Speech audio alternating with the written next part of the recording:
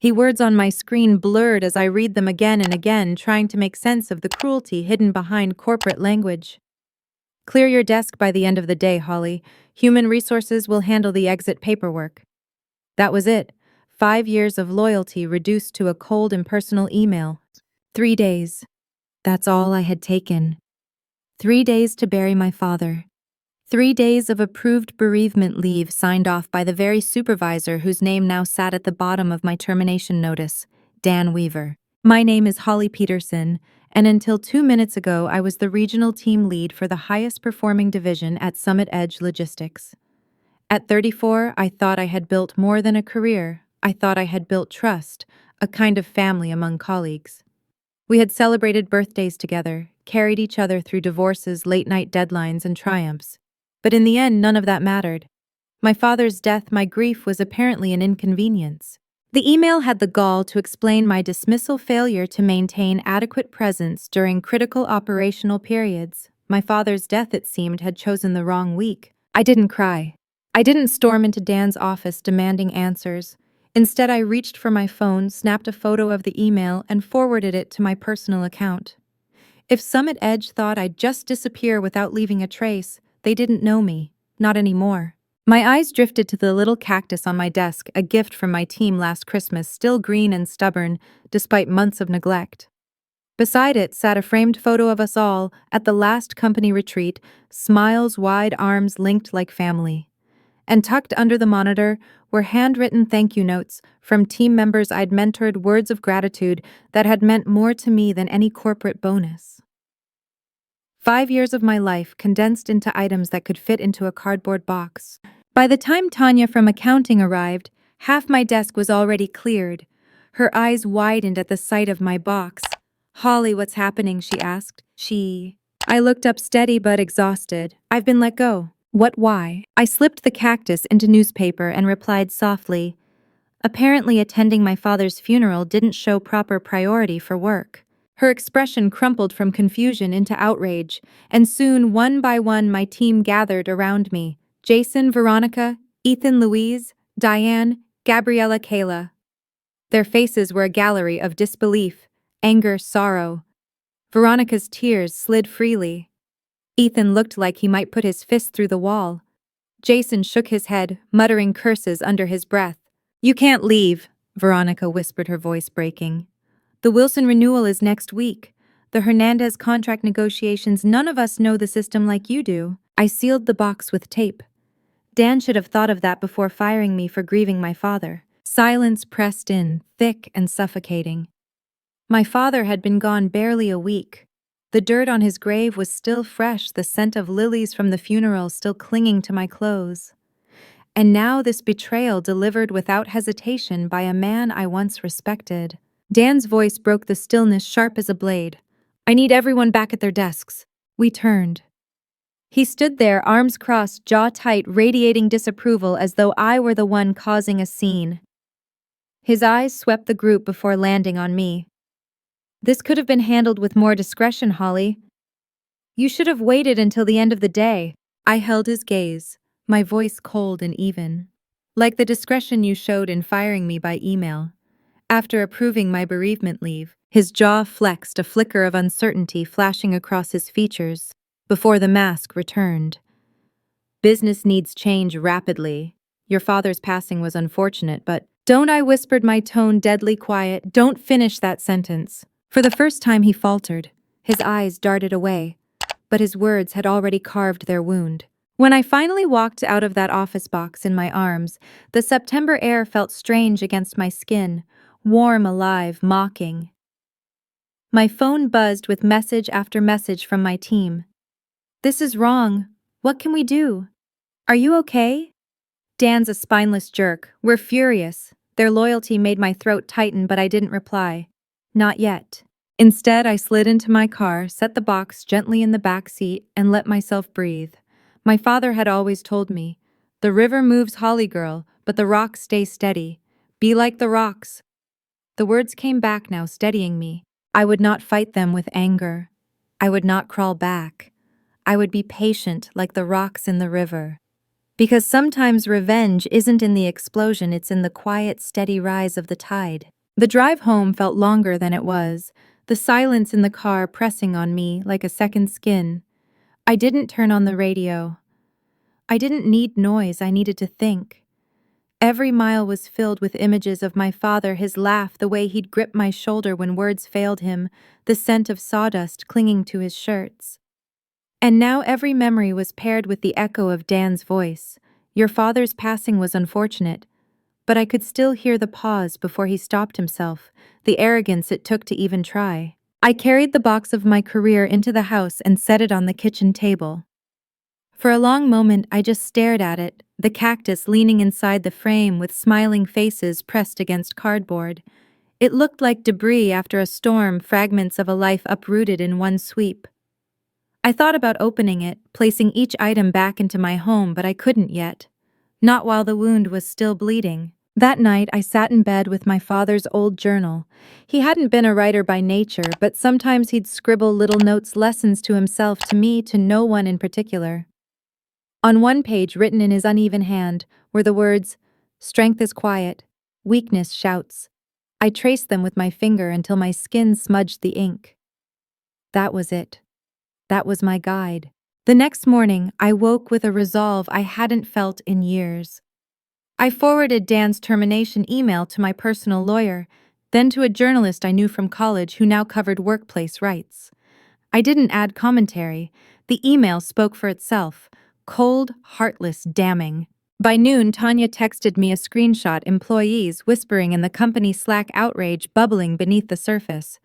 They fired Holly after her dad's funeral, one message read. Approved leave and everything, another replied. Screenshots spread faster than I could track.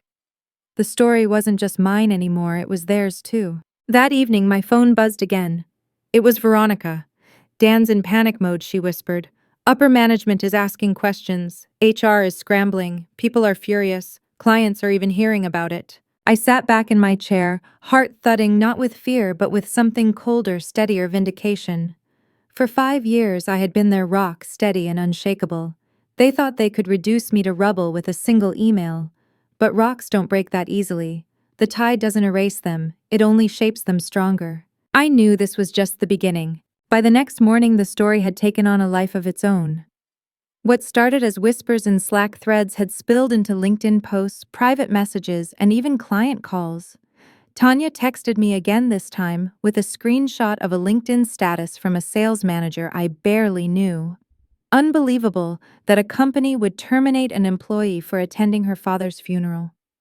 Compassion should never be optional. I hadn't spoken a word publicly, but my silence seemed to amplify the noise.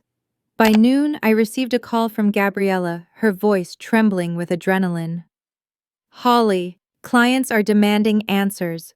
Wilson asked why their lead strategist was suddenly gone. Hernandez said they don't want to sign anything until they hear from you directly. I pressed the phone closer to my ear, stunned. The very accounts I had nurtured for years, the ones I had carried on my back through deadlines and downturns, were refusing to move forward without me. My absence was louder than any argument I could have made. Later that day, my lawyer called with news the termination email combined with my approved leave forms left Summit Edge in a legally precarious position. Wrongful dismissal, bereavement rights, retaliation. It wasn't just cruel, it was actionable. They'll likely try to settle quietly, she said, but the more public this becomes, the less control they have. I thanked her and hung up my hands, shaking, not from fear this time, but from power, a power I had never felt before. That evening, as I tucked the cactus onto my windowsill, I thought of my father again. Be like the rocks, he'd said, steady, patient, unyielding. He would never have told me to seek revenge, but he would have told me to stand my ground, to let the truth be its own weapon. By the end of the week, I received the call I knew would come. It wasn't Dan. It was Elaine Foster, a VP I had only ever seen at corporate conferences. Her tone was polished, cautious, almost desperate. Holly, I think we need to have a conversation. Can you come in Monday to discuss reinstatement and terms? I looked out the window, at the fading sun, the world dipped in gold. And I realized something monumental. For the first time, they were the ones asking me. When Monday came, I didn't put on the navy suit I used to wear for important meetings. I chose a simple black dress instead, the same one I had worn to my father's funeral. Not out of spite, but as a reminder of what this was really about: grief, dignity, and the lines they had crossed. Elaine met me in a glass-walled conference room, a folder already waiting on the polished table. Her smile was professional but brittle, her eyes betraying the urgency she tried to conceal. Holly, first let me say we regret how this was handled. Summit Edge values you deeply. We'd like to reinstate you with a raise plus a signing bonus as a gesture of goodwill. I let the words hang there unmoving. 5 years of loyalty dismissed with a single email, and now they wanted to patch it over with money. I thought of my father again, the ink in his journal: strength is quiet, weakness shouts. I folded my hands. It's not about the money, Elaine. It's about respect. It's about compassion. My father had just died. For the first time, she looked rattled. She glanced down at the folder, then back at me. We can make accommodations, Holly. Adjust your role, your hours, whatever it takes. But the board is worried about client relationships. They've expressed concern. There it was, the truth behind the polish. It wasn't guilt that brought me here. It was fear. Fear of losing Wilson Hernandez, the very accounts that were now refusing to sign without me. Fear that one decision, one email had exposed the rot in their culture. I stood slow and steady and placed the photo frame from my box onto the table. My team's smiles stared up at us. You don't get to fire someone for burying their father and then pretend it was just a mistake. I won't come back. Not to this. Elaine opened her mouth to protest, but I was already walking toward the door. The sun streaming through the lobby windows felt different this time, not mocking, but affirming. I wasn't the one begging for a place anymore. Outside, my phone buzzed again. It was Gabriella. We're with you, Holly. Whatever you do next, we're ready to follow. And in that moment, I knew the story wasn't ending here. It was only just beginning. The days that followed were a blur of messages, calls, and unexpected solidarity. Word had spread far beyond the walls of Summit Edge. Former employees reached out to share their own stories of mistreatment, journalists sent inquiries, and LinkedIn filled with quiet but pointed posts tagged with my name. I hadn't planned to become a symbol. I hadn't planned anything at all. All I wanted was dignity, yet dignity once denied had turned into a rallying cry. By Wednesday, Gabriella and Jason invited me to coffee. When I arrived, half my old team was already there, their faces bright with a determination I hadn't seen in months. Holly, Jason said, leaning forward, "We're done with them. If you start something new, we'll follow." The words hit me like lightning. Me. Start something new. I had been cast aside only days ago, still grieving my father, still clutching the raw edges of betrayal. But as I looked at their faces, people I had mentored, laughed with, built trust with, I realized something. Summit Edge didn't own my skills. They didn't own my leadership. And they certainly didn't own the loyalty of the people who knew my worth. That night, I sat at my kitchen table with a notebook, the cactus on the windowsill, watching silently. And I wrote one word in the center of the page: rise. It was the name my father would have chosen, simple, strong, impossible to ignore. The next morning, I called Gabriella and said, "Let's build this. Not just another company, a place where people matter more than metrics." She exhaled a laugh, the sound of hope catching fire. "Tell us where to start." And with that, I knew my so-called ending was the beginning of something that would outlast every cruel email, every careless dismissal. This was not revenge, it was rebirth. If this story resonates with you, if you've ever been treated as disposable when all you gave was your best, let it be a reminder you are not defined by the people who fail to value you. You are defined by the strength you choose after the betrayal. Please, like this video, share it with someone who needs courage tonight, and subscribe for more stories told from the heart.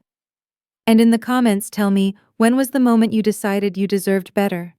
Your words might help someone else find their strength.